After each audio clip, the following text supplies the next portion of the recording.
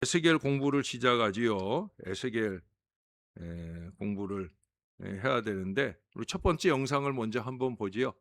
김윤희 박사님의 영상을 먼저 한번 상고하겠습니다.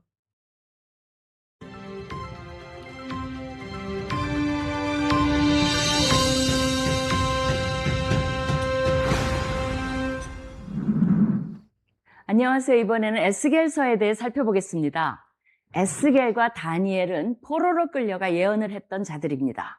바벨론의 느부갓네살은 유다를 3번에 걸쳐 침공하는데 1차 침공인 주전 605년에 다니엘이 끌려갔고 2차 침공인 주전 597년에 유다왕 여호와긴과 권세 있는 자들과 지도자들과 용사 10,000명을 끌고 갈 때 함께 끌려간 자가 에스겔입니다. 이때는 아직 3차 침공이 일어나지 않은 때이며 에스겔은 11년 후에 포로지에서 고국의 멸망 소식을 듣게 됩니다. 30살이었던 그는 주전 593년, 즉 여호와긴 왕이 잡혀간 지 5년째 되는 해에 포로지에서 하나님의 부르심을 받아 제사장이었던 그가 예언자가 됩니다. 그의 이름은 하나님께서 강하게 하신다는 의미인데 유다 역사상 가장 어두운 시기에 포로로 끌려가 있는 유대인들과 함께 거하며 그들을 격려하고 강하게 한 그의 사역에 잘 맞는 이름입니다. 에스겔서는 유일하게 책 전체가 1인칭으로 기록된 예언서입니다. 그러기에 그의 개인적인 관점을 들여다볼 수 있는 독특한 장점이 있습니다. 또한 에스겔서는 연대 기록이 아주 정확한 책으로 알려져 있습니다. 13번에 걸쳐서 정확한 날짜와 달, 연대를 기록하고 있으며 주전 593년에 첫 말씀을 선포하고 570년에 마지막 예언을 기록합니다. 에스겔서는 예루살렘이 586년 바벨론에 의해 완전히 망한 소식을 기점으로 메시지가 달라집니다. 예루살렘이 망하기 전에 에스겔은 유다의 불순종을 지적하고 예루살렘에 임한 심판의 경고를 주며 회개와 믿음을 촉구합니다. 평화와 축복을 외치는 거짓 선지자들을 따르지 말 것을 경고합니다. 그러나 예루살렘이 망한 후에 그는 희망의 예언자로 변신합니다. 백성들을 위로하며 평화와 축복의 메시지를 전달합니다. 미래의 구원의 회복과 영광을 말합니다. 에스겔 골짜기의 마름법 환상을 통해 하나님의 백성이 회복될 것을 예언합니다. 또 다른 환상을 통해 새로운 성전과 예루살렘 성읍의 회복을 보여줍니다. 그 성읍의 이름은 주님께서 거기 계시다는 뜻의 여호와 산마로 부를 것이라고 말합니다. 에스겔서에서는 내가 여호와인 줄을 너희가 알리라 라는 표현이 60번 이상 나옵니다. 여호와는 구원이든 심판이든 약속하신 것은 반드시 이행하시는 분이며 언약을 지키는 분이심을 강조한 것입니다. 또한 하나님께서는 에스겔을 90번 이상 인자로 부르십니다. 이것은 그가 아무리 많은 환상을 볼지라도 단지 하나님의 말씀을 전하는 한 인간이며 그의 백성 이스라엘과 한 운명 공동체라는 것을 상기시키는 의미로 사용됩니다. 에스겔은 구약 묵시문학에 큰 공헌을 합니다. 신비한 환상적 체험, 영에 이끌린 여행들, 여호와의 영광이 성전을 떠나고 돌아오는 장면들, 종말론적 주제와 조화를 이룬 독특한 상징들, 해석과 예언이 곁들여진 역사의 상징적 되풀이 등 후기 유대 묵시문학의 길을 닦은 사람으로 평가됩니다. 그는 다양한 문학 양식, 장르, 표현 기법을 통해 효과적으로 메시지를 전합니다. 포도나무, 독수리들, 암사자들, 오홀라와 오홀리바, 가마솥 등 수많은 알레고리를 사용합니다. 또한 아내가 죽었으나 애곡하지 않거나 390일은 왼쪽으로 눕고 40일은 오른쪽으로 눕거나 머리를 삭도로 밀어 저울에 달아 나누어 놓거나 행장을 메고 어두운 벽을 뚫고 나가는 등 온갖 상징적 행동을 통해 드라마처럼 생생하게 메시지를 전합니다. 이런 기이한 행동들과 그가 본 예언적 환상들로 인해 에스겔을 비현실적이고 정신분열증이 있는 선지자로 취급하고 그를 심리적으로 분석한 학자들도 있을 정도입니다. 에스겔은 이렇게 하나님을 위해 광대와 같은 역할을 서슴없이 합니다. 그리고 마치 충격요법을 사용해 죽을 병에 걸린 환자에게 해독제를 주는 것처럼 자신의 독특한 삶과 행동을 통해 마음이 굳은 유다 민족이 메시지에 귀 기울이도록 최선을 다합니다. 에스겔의 최선은 하나님의 최선이기도 합니다. 그 외에도 그는 효과적인 전달을 위해 장래 애도가, 역사와 신학 이야기, 소설 형식의 신탁, 잠언, 비전, 우화, 인용, 맹세, 속담, 격언 등의 다양한 문화 형식을 동원합니다. 에스겔서는 신약에 직간접적으로 60회 이상 인용되며 대부분 계시록에서 발견됩니다.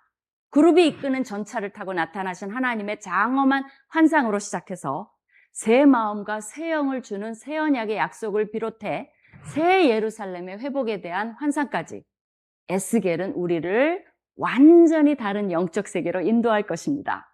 현재 여러분의 삶이 바닥을 치고 있다면 에스겔이 본 비전들을 생각하며 큰 힘을 얻으시기 바랍니다. 그 비전은 바로 우리에게 보여주시는 우리를 위한 비전이기도 하기 때문입니다. 예, 그 바벨론의 느부갓네살의 침공이 3차에 걸쳐서 이루어진다고 하는 얘기를 합니다.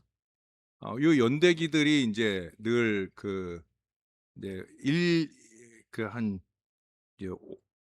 주전 1차를 얘기할 때 아까 김 박사님은 605년을 얘기하잖아요. 605년, 606년, 607년 설이 있어요.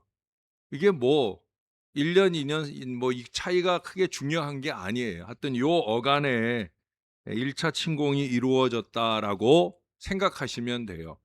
2차 침공 같은 경우도 마찬가지예요. 보통 597년 내내 이제 주전입니다. 주전 597년 또는 598년으로 보기도 하고요. 이제 이 606년을 기준으로 하면 나중에 이스라엘이 70년 만에 포로 기한을 하거든요. 요건 이제 주전 536년으로 거의 일치해요.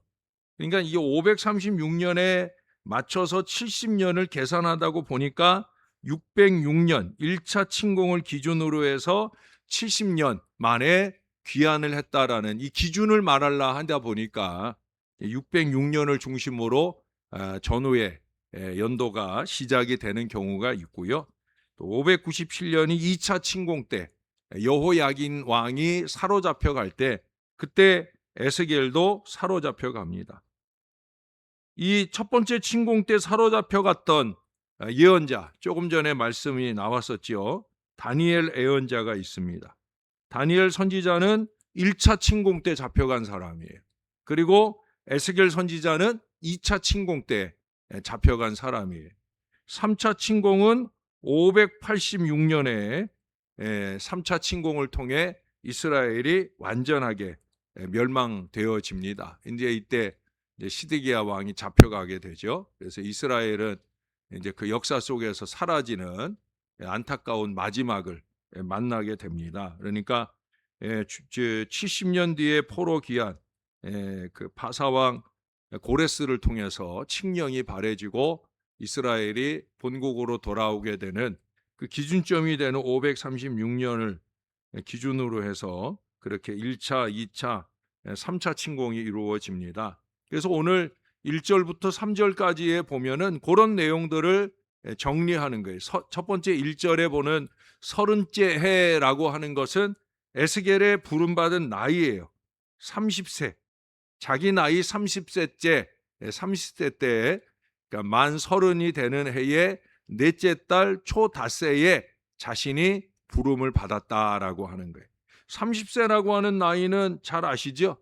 이스라엘 사람들이 제사장 지파의 레위 지파의 경우에 제사장 사역을 시작하게 되는 공적인 직무를 수행하는 나이가 30세예요. 그래서 이제 자기도 그렇게 하나님이 공적인 직무를 수행하는 이 예언자와 제사장으로서 여기 이 예레미야와 마찬가지로 에스겔도 거기 3절에 나오죠. 3절에 갈대왕 그발 강가에서 여호와의 말씀이 부시의 아들 제사장 나 에스겔에게 특별히 임하고 여호와의 권능이 내 위에 있으니라. 에스겔이 여기서 두 가지를 얘기하죠. 자기가 제사장일 때, 제사장일 때 예언자로 부름받았다는 거예요. 저는 이 사실에 대해서 그렇게 느껴요. 예배 잘하는 사람이 사명에도 부름받는 거예요. 교회도 그래야 돼요. 예배 잘하는 사람이 사명에 부름받고 쓰여야 돼요.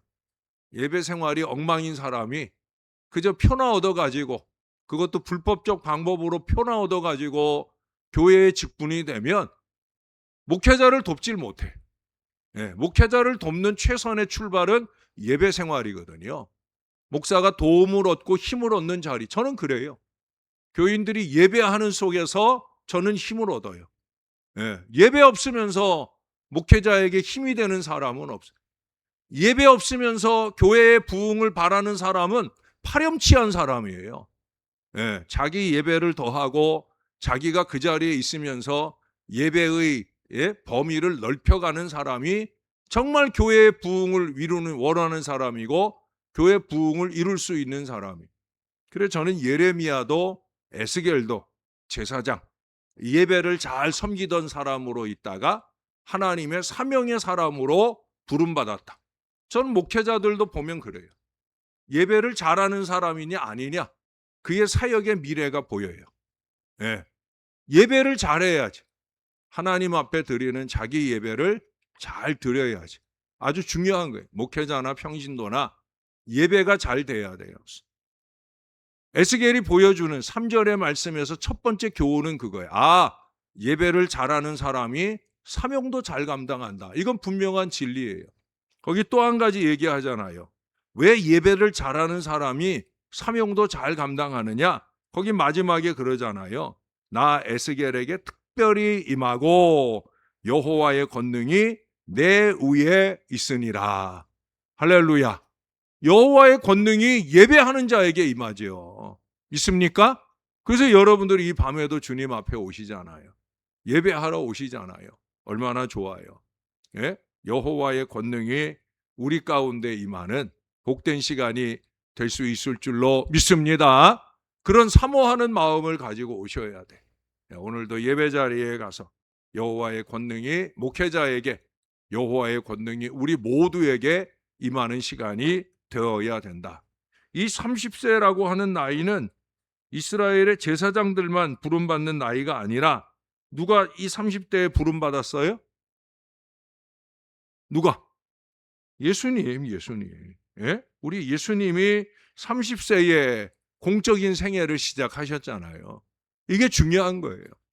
예수님이 세례 요한에게 세례 받으러 가니까 아이고 어떻게 예수님이 저한테 세례를 받으십니까? 이럴 수는 없는 겁니다 할 때 예수님 뭐라고 그래요? 모든 의를 이루기 위하여 라고 말씀하셨죠.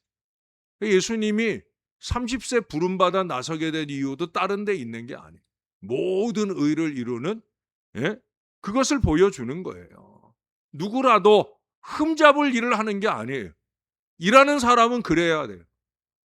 목회자건 평신도건 일하는 사람은 누구라도 흠잡고 손가락질할 그런 사람이 되면 안 되는 거예요.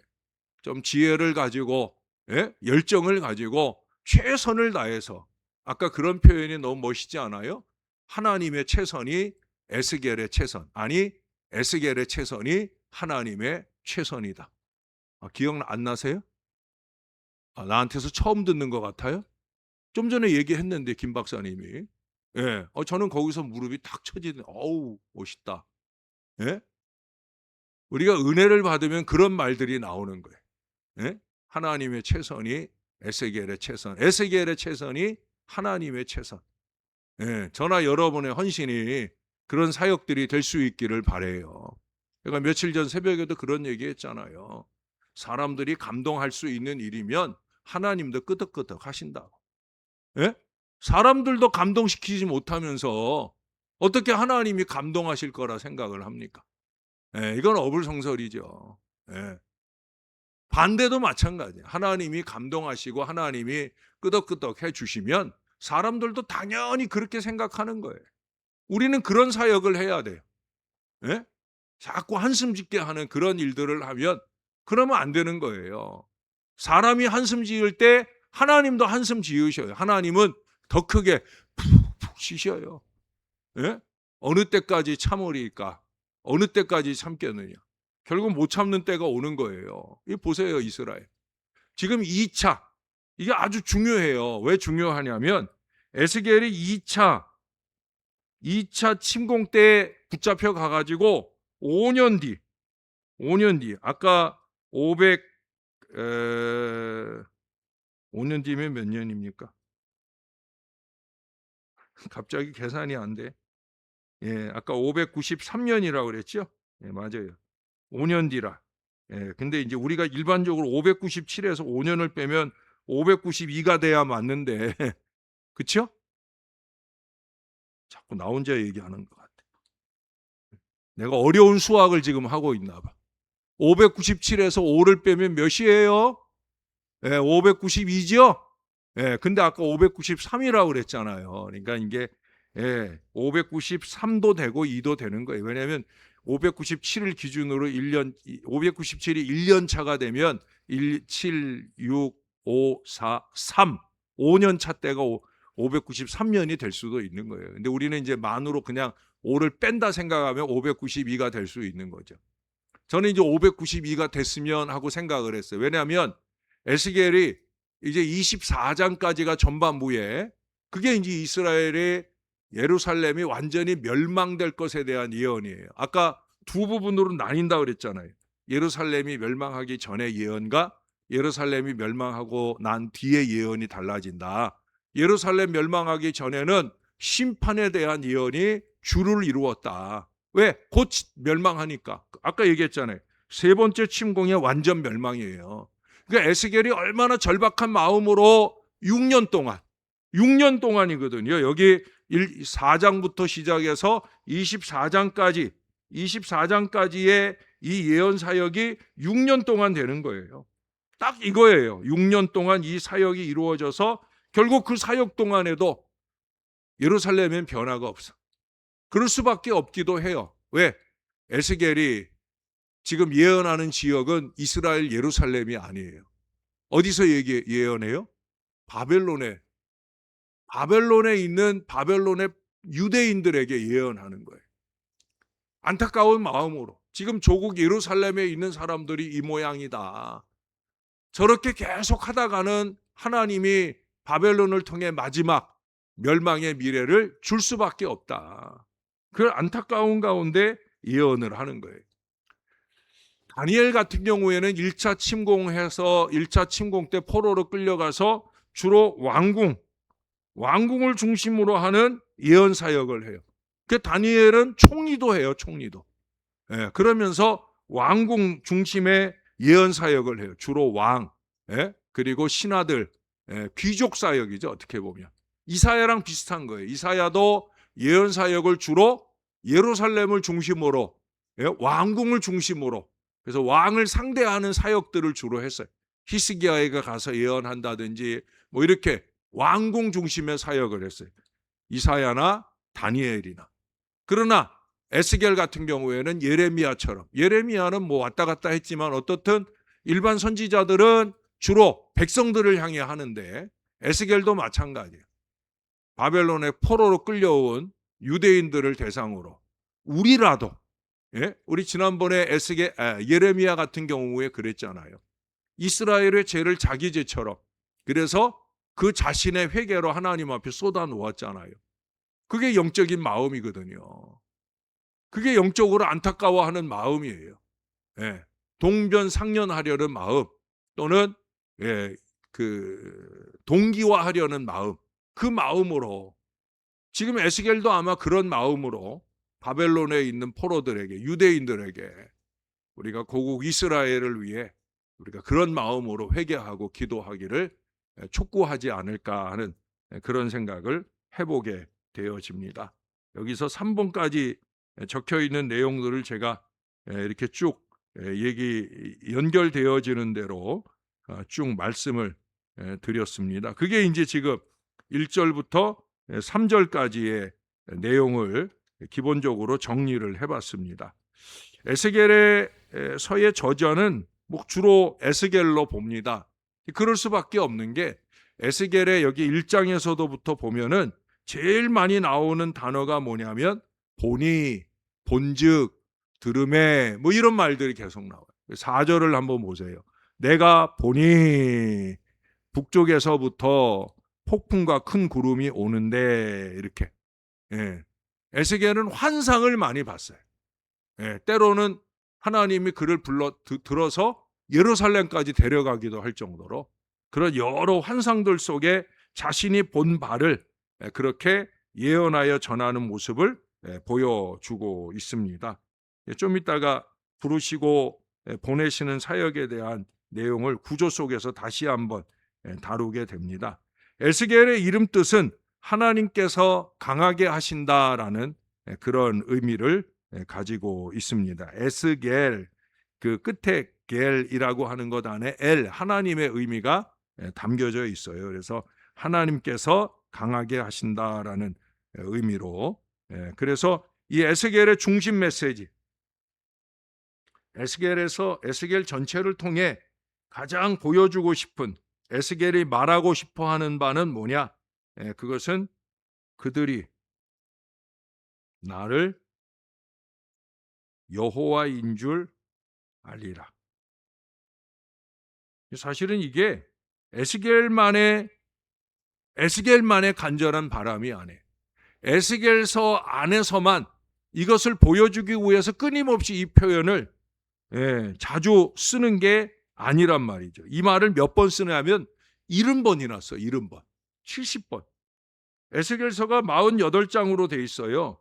근데 70번을 썼다 그러면 적어도 한 장 안에 한 번 내지 두 번 정도는 그들이 나를 여호와인 줄 알리라. 모든 예언 사역의 목표는 이거예요. 그 예언을 듣는 사람들이 나를, 하나님을 여호와인 줄 아는 거예요. 설교하는 목사도 마찬가지. 저도 늘 강조하는 게 똑같잖아요. 하나님께 영광. 예? 하나님께 영광. 예? 그 영광을 위해 영부림치며 최선을 다해야 된다. 왜? 우리가 하나님을 여호와인 줄 알려요. 모든 말씀이나 모든 예언이 다 그래요. 에스겔만 이 말을 강조해서 쓴 게 아니라 이 말이 많이 쓰여지거나 쓰여지지 않거나 간에 똑같은 거예요. 결국 우리는 하나님의 말씀 속에서 여호와를 발견해야 되는 거예요. 여호와께서 우리에게 말씀하십니다. 우리가 그 말씀대로 우리 하나님을 더 많이 체험하며 살 수 있어야 된다 하는 것들을 늘 깨닫고 느끼면서 그렇게 예배 생활, 말씀 생활, 신앙 생활이 돼야 되는 거예요. 자, 우리가 두 번째 영상을 한번 볼게요. 두 번째 영상은 이 에스겔서의 절반부만 보는 거예요. 후반부 영상은 다음 주에 또 후반부 부분을 공부할 때 우리가 한 번 더 볼게요. 영상을 그렇게 나누어서 준비한 것 같아요. 제가 언뜻 보기에. 그래요. 한번 봅시다. 예? 에스겔서. 에스겔은 바벨론의 1차 공격 당시 예루살렘에 좀 살던 줄여주세요. 제사장이었습니다. 바벨론은 도시를 전멸시키지는 않지만 1차로 이스라엘 사람들을 포로로 잡아가 버리는데 에스겔도 그중 한 명이었습니다. 이 책은 그로부터 5년 후 에스겔이 유대인 난민촌 근처에 있는 관계수로 뚝 위에 앉아있는 장면으로 시작됩니다. 때는 그의 30살 생일인 것으로 보이고 원래 그는 그 해에 예루살렘에서 제사장으로 임명될 예정이었죠. 그때 갑자기 에스겔은 이런 환상을 봅니다. 폭풍과 큰 구름이 다가오는데 구름 속에는 날개를 뻗어 서로 접하고 있는 4개의 기이한 생물이 있습니다. 이들은 각기 4개의 얼굴을 가졌고 곁에는 바퀴가 하나씩 총 4개 있었습니다. 그리고 나서 에스겔은 이 이해하기 생물들의 좀 좋을 날개가 거예요, 눈부신 단상을 네. 받치고 있고 그 위에 보좌가 있는 모습을 보는데 그 보좌 위에는 불처럼 사방으로 빛나는 사람처럼 생긴 형상이 앉아 있었습니다. 그 순간 에스겔은 자신이 무엇을 보고 있는지 깨닫고 이렇게 외칩니다. 이것은 주님의 영광의 형상이 모양이며 하늘 보좌의 전차를 타고 계신 하나님이시다. 여기서 영광이란 단어는 히브리어로 카보드인데 무거운 또는 중요한이라는 뜻인데 성경의 저자들은 하나님이 직접 나타나실 때 그분의 형상과 특별한 의미가 있는 현현을 묘사하기 위해 이 단어를 사용하죠. 에스겔의 환상 속 모습들은 출애굽기에서 시내 산에 나타나셨던 하나님의 모습과 매우 비슷하고 또 언약궤를 덮으셨던 하나님의 임재를 묘사한 것과도 매우 비슷합니다. 사실 이게 에스겔이 본 환상에서 가장 충격적인 것이었습니다. 그런데 하나님의 영광이 왜 바벨론에 임하신 걸까요? 원래대로라면 예루살렘 성전 안 언약궤 위에 계셔야 할 텐데 말이죠. 그래서 이 책의 첫 부분은 이 질문에 대한 고찰로 시작합니다. 더불어 에스겔은 이스라엘의 반역을 비난하기 시작하죠. 보좌에 앉으신 하나님이 에스겔에게 말씀하십니다. 그리고 그를 선지자로 임명하십니다. 에스겔은 이스라엘이 하나님과의 언약을 어떻게 깨뜨렸는지 다양한 방법으로 고발하게 될 것입니다.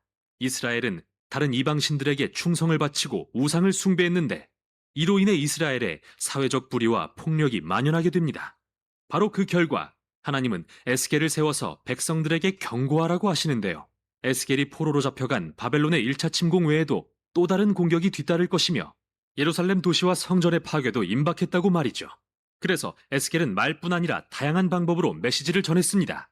그는 시각적 연출을 하기도 했는데요. 예를 들어 길거리 공연 형식으로 대중 앞에서 정말 기상천외한 행동을 하기 시작했는데 이는 그의 예언적 메시지에 대한 비유 같은 것이었죠. 그는 작은 예루살렘 모형을 짓고 난 뒤 그게 공격을 당하는 것처럼 보이게 만들거나 머리카락과 수염을 완전히 밀고 난 뒤 그걸 칼로 내려치거나 가장 극단적인 행동으로서 대속죄일에 자신이 이스라엘의 죄를 짊어지는 연기를 했습니다. 또한 그는 1년 동안 한쪽으로 누워 쇠똥으로 불을 피우고 음식을 구워 먹었는데 이는 예루살렘이 포위당하는 동안 사람들이 먹게 될 더러운 음식에 대한 신호였죠. 그러나 그 중에서도 가장 낙심되는 나쁜 소식은 하나님께서 에스겔에게 말씀하시길 아무도 그의 말을 듣지 않을 거라는 것이었습니다. 이스라엘은 반역적이고 굳은 마음 때문에 에스겔을 거부할 겁니다. 이는 광야에서의 반역 이후 모세가 이스라엘 백성에 대해 묘사하길 언젠가 포로가 될 것이라고 한 예언을 상기시키는데요. 에스겔은 그 예언이 실현되는 걸 보는 불행한 특권을 누리게 됩니다. 그렇게 크게 실망한 에스겔은 자신의 역할을 이어갑니다. 그리고 약 1년 후 그가 또 다른 환상을 봤는데 성전에 대한 것이었죠. 그는 가상체험을 하듯 성전을 둘러보면서 그의 부재 중에 무슨 일이 벌어지는지 보게 되는데 좋아 보이지 않습니다. 그는 성전 앞 바깥들에서 이 커다란 우상 신상을 봅니다. 그리고 나서 이스라엘의 장로들이 이방신들에게 성전 안팎에서 제사 드리는 것을 본 뒤 이스라엘의 여인들이 담무스라는 이름의 바벨론 신을 숭배하고 있는 모습을 봅니다.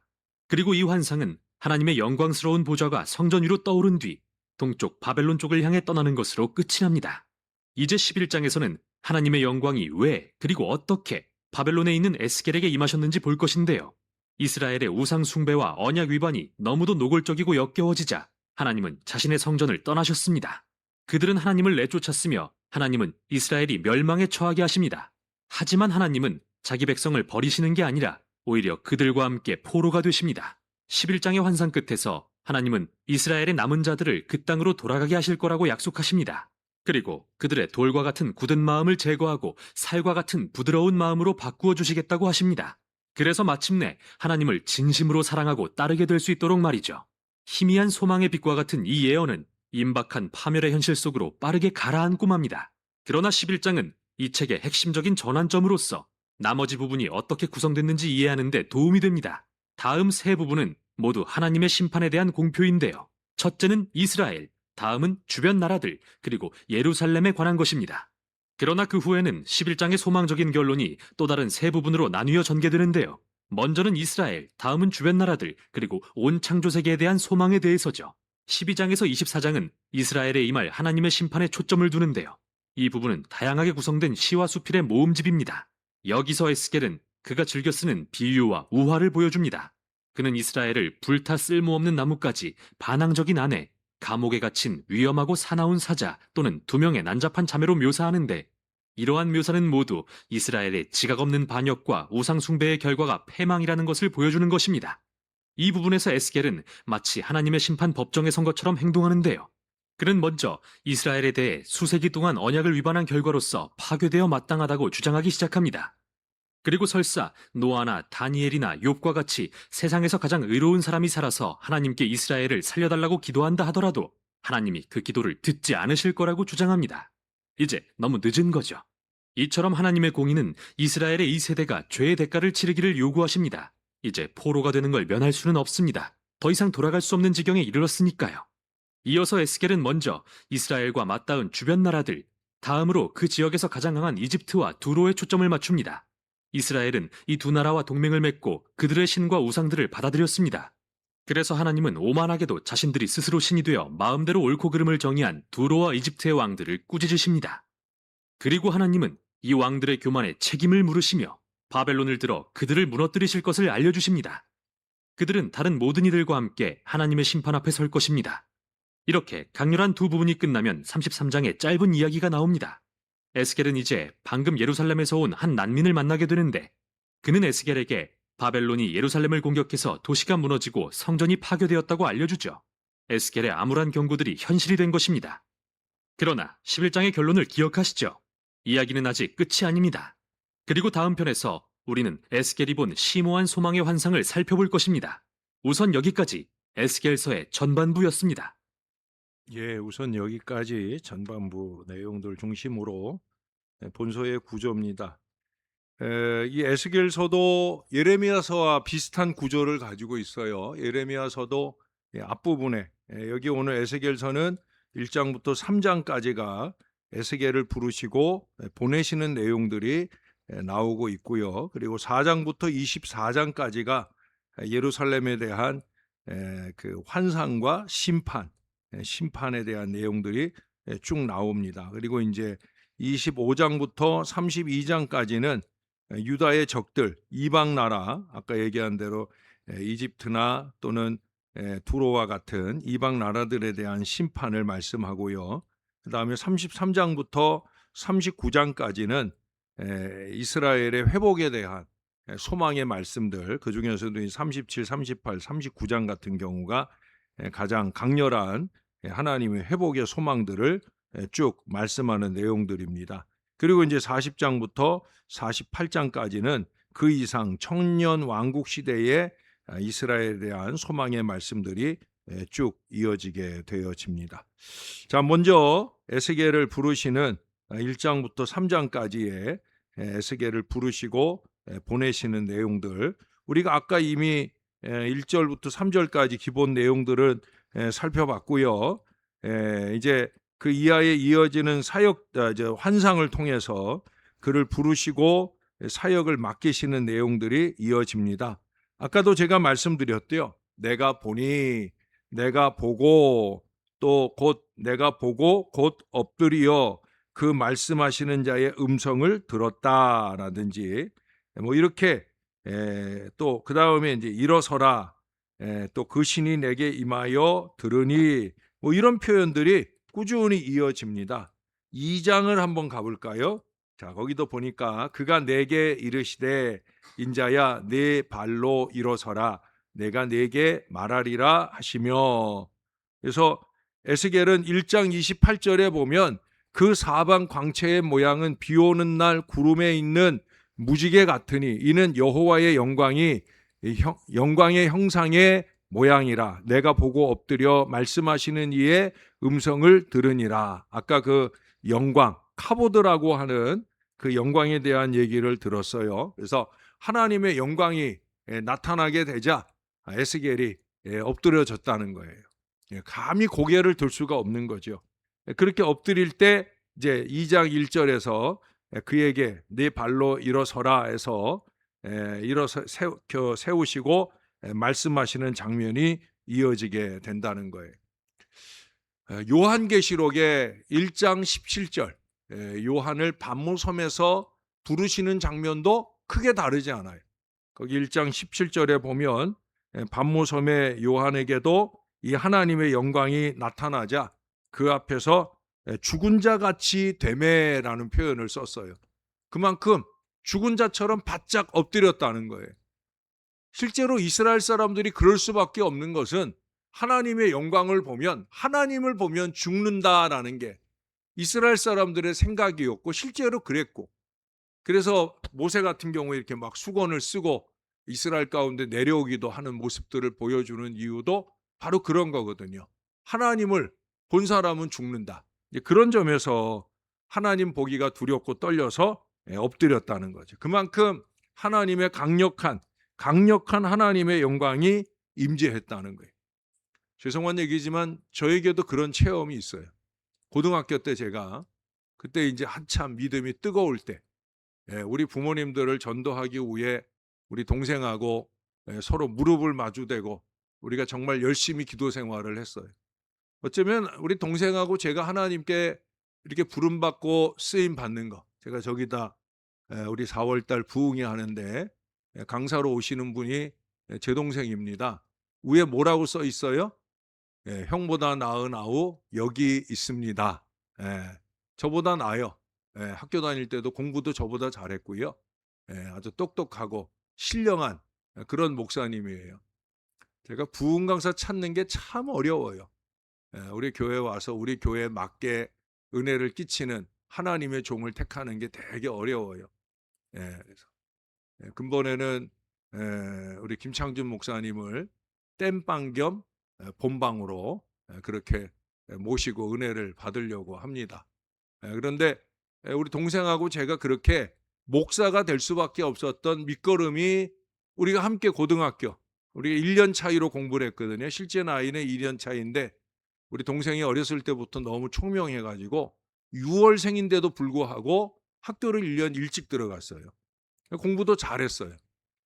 그래서 이제 1년 차이로 우리가 자랐기 때문에 같은 시기 고등학교도 같이 지냈어요. 그러니까 제가 고등학교 2학년 때 우리 동생이 고등학교 1학년 때 우리는 둘이 무릎 마주대고 정말 하나님 앞에 많이 기도하고 그 기도 제목의 으뜸은 부모님이 구원을 받는 거예요.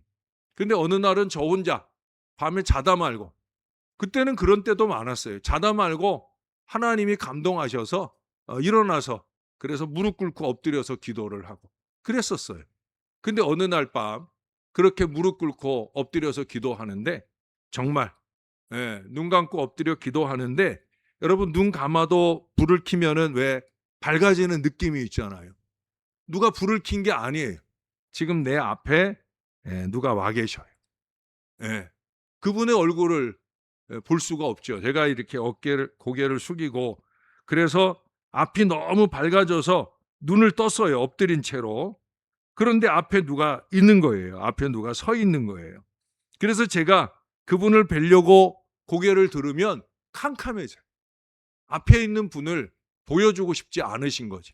저는 이 에스겔의 환상이라든지 이런 게 저는 그 시기에 제 체험을 통해서 저는 성경을 읽을 때 이게 이럴 수 있다는 게 저는 확연히 믿어져요. 그리고 제가 다시 고개를 숙이면 다시 밝아지고 눈을 뜨면은 고개를 들지 않고 눈을 뜬 상태에서는 제 앞에 누가 서 있는 거를 충분히 느낄 수 있는 그런 느낌 속에서 그분에게 더 친밀하게 우리 부모님들의 구원을 위해 간절히 기도했었어요. 그리고 얼마 지나지 않아 우리 아버님 생신날, 생신이 토요일이었는데 그 토요일에 믿음 좋은 우리 큰어머니가 아버지 생신이라 오셨다가 저녁 늦은 시간에 이제 생신잔치 끝나고 이제 가시려고 하니까 그러니까 우리 아버지 어머니가 이거 늦었는데 주무시고 가시라고. 그때 우리 큰어머니가 머리를 썼어요. 어떻게 썼냐면 내일 내가 교회 가야 되기 때문에 그래서 나 못 잔다고. 그러니까 우리 어머니 아버지가 주무시고 가시라고. 교회에 얘네들 다니는 교회 가도 되지 않느냐고. 그러니까 우리 큰어머니가 그러네. 그럼 내일 같이 간다 그러면 내가 자고 가겠다. 어떻게 됐을까요? 저희 아버님이 가겠다고. 그래서 그날 주무셨어요. 그리고 그 다음 날 어머니는 아직 포기가 안 돼가지고 어머니는 못 가고 안 가고 아버지만 이제 저희 큰어머니랑 저희랑 같이 당일 교회 거기에 같이 출석을 하셨어요. 할렐루야. 그리고 그 다음 주에 이제 어머니도 아버지의 성화에 못 이겨서 이제 함께 교회를 나가시게 되었어요. 저는 그때 그 체험들에 대한 분명한 확신이 있어요. 정말 이 모습, 이 그림 그대로예요. 이 그림 이대로 저는 그때 제가 체험을 했기 때문에 정말 에스겔이 보았던 환상, 에스겔이 보았던 환상만큼은 못 되지만 그래도 고등학교 시절 그런 저에게 나타나셨던 하나님, 또 우리 아우와 제가 함께 무릎을 마주대고 기도했던 기도대로 역사해 주셨던 우리 하나님, 저는 그 하나님을 믿습니다. 여러분, 저와 여러분이 같은 마음으로 하나님께 무릎 꿇고 기도할 수 있다고 하면 얼마든지 하나님은 우리의 기도를 능력기도 삼아주시고 크고 작은 응답과 역사를 우리에게 더해 주실 줄 믿습니다. 우리 다 같이 한번 오늘 말씀을 생각하면서 우리 한번 기도하겠습니다. 우리도 간절한 마음을 주시라고, 예배에 대한 간절함, 또 예배 속에서 은혜 받고 받은 바 은혜 속에서 강한 사명자가 될 수 있는 이 믿음의 사람들이 되게 해달라고, 결국 기도 생활이 능력 있는 사역 생활도 되는 거예요. 기도끈이 짧은 사람이 능력 있는 하나님의 종으로 쓰이는 바는 절대 없습니다.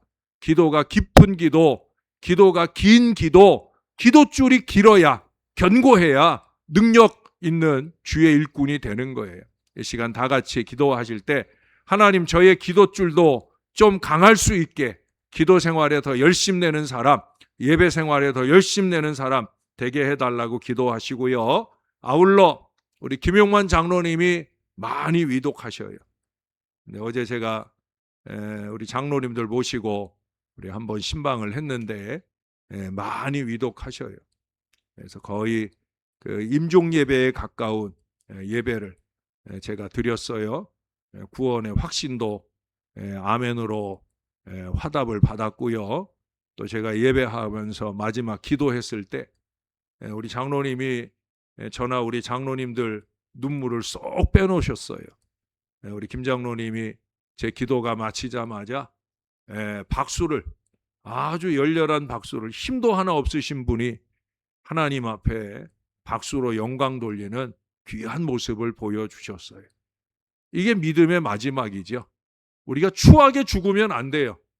우리 김용만 장로님은 절대 추하지 않으셔요. 그 몸은 육신의 아픔으로 인해 식사도 잘 못하셔서 정말 바짝 마르셨지만 그 마지막 저희들에게 보여주셨던 모습, 이번 주일이 생일이세요. 이번 주일이 생신이시라 아들 내외가 점심도 섬기게 헌금도 해놓고 우리가 이번 주일 밥은 먹을 텐데 본인은 안 계신 자리에 밥을 먹을 거예요. 우리 장로님이 우리에게 마지막 주시는 식사 이번 주일에 먹을 터인데 우리 장로님은 아주 의연하게 천국의 소망을 바라보며 그렇게 임종을 준비하고 계셔요.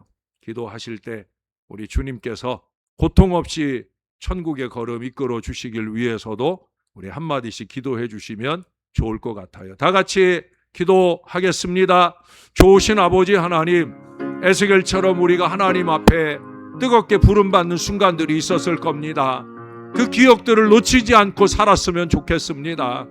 예배하면서 기도하면서 뜨겁게 우리의 마음을 주께 드리는 중에 우리가 주께 제대로 부름받은 사람답게 쓰임받는 인생이 되었으면 좋겠습니다. 아버지가 우리에게 원하시는 삶, 그 헌신의 여정을 주 앞에 살아가는 믿음의 인생이 되기를 소원하오니 더 예배하게 하시고 더 기도하게 하시고 신실한 믿음의 모습으로 우리의 마지막을 장식해가는 하나님의 사람들 되게 하여 주옵소서.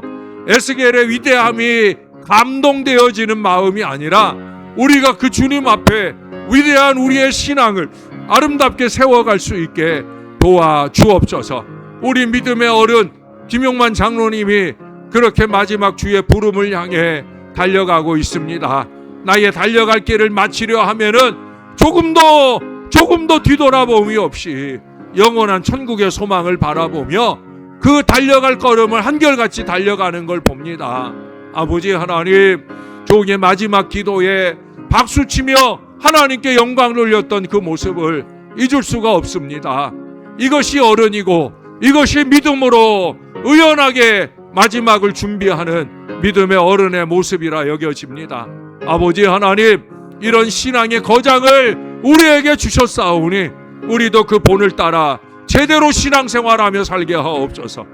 제대로 신앙생활하며 그 유업을 받들어 살아가는 우리들 될 수 있게 에레미야가, 에스겔이, 다니엘이, 더 장로님이 보여주신 이런 신앙의 본을 따라 우리도 잘 살아갈 미래를 살 수 있게 은혜 베풀어 주시옵소서.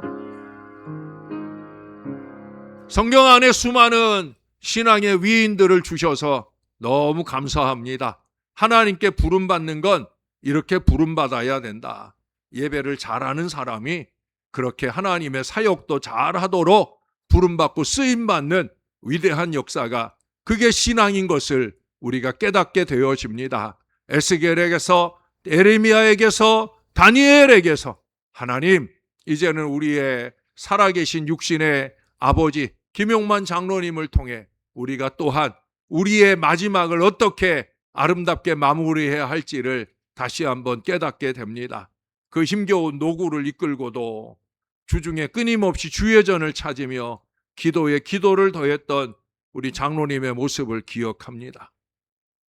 평생을 교회 위에 사셨고 평생을 교회를 위해 기도하며 사셨기에 장로님이 교회 와서 기도할 때면 부족한 종이 그 장로님 모습을 꼭 살펴볼 수 있게 주께서 감동을 더해 주셔서 늘 기도로 불과 얼마 전까지도 그렇게 기도로 주의 제단을 지키려 하셨던 우리 장로님을 봅니다. 우리 교회에 이런 장로님이 있어서 너무 감사합니다. 어제 마지막 예배일 수도 있는 예배를 힘겹게 드리고 나서도 우리 주님께 영광의 박수를 힘차게 쳐주시는 그 모습을 통해 저희들의 눈물을 쏙 빼셨던 우리 귀한 장로님, 하나님 육신의 고통 많이 당하지 않고 주님의 부름을 받았으면 좋겠습니다. 이제는 영광 천국을 향한 떳떳한 걸음을 힘있게 걸어가시고 이 교회는 우리에게 잘 맡겨두시고 마음 편히 가셨으면 좋겠습니다. 저희가 물려받은 이 교회를 어찌하든지 우리가 믿음의 기도로 신실함과 신령함으로 지켜내게 도와 주시옵소서. 자기의 유익만을 위해 교회 생활하는 인생들이 몸담을 수 있는 교회가 아니라 하나님의 영광을 위해 카보드, 주의 영광을 보기 원하는 이들이 함께 모여 뜨겁게 눈물로 지켜내는 이 신월제일교회가 꼭 되게 도와주옵소서. 다음 세대를 위해 아름답고 신령하게 준비된 재단이 되게 하셔서 지금은 어렵고 힘든 때를 살지만 머지않은 때 교회가 부흥하는 미래를 열어 더욱더 세상에 아름답고 반짝반짝 빛나는 능력 있는 섬김과 사역들을 잘 이루어가는 우리 교회 될 수 있게 도와 주시옵소서. 내일도 바포 공동체를 섬기러 가는 모든 걸음을 안전하고 행복하게 이끌어 주옵소서. 감사합니다. 예수님 이름으로 기도합니다. 아멘. 하늘에 계신 우리 아버지의 이름을 거룩하게 하시며 아버지의 나라가 오게 하시며 아버지의 뜻이 하늘에서와 같이 땅에서도 이루어지게 하소서. 오늘 우리에게 일용할 양식을 주시고 우리가 우리에게 잘못한 사람을 용서하여 준 것 같이 우리 죄를 용서하여 주시고 우리를 시험에 빠지지 않게 하시고 악에서 구하소서. 나라와 권능과 영광이 영원히 아버지의 것입니다. 아멘.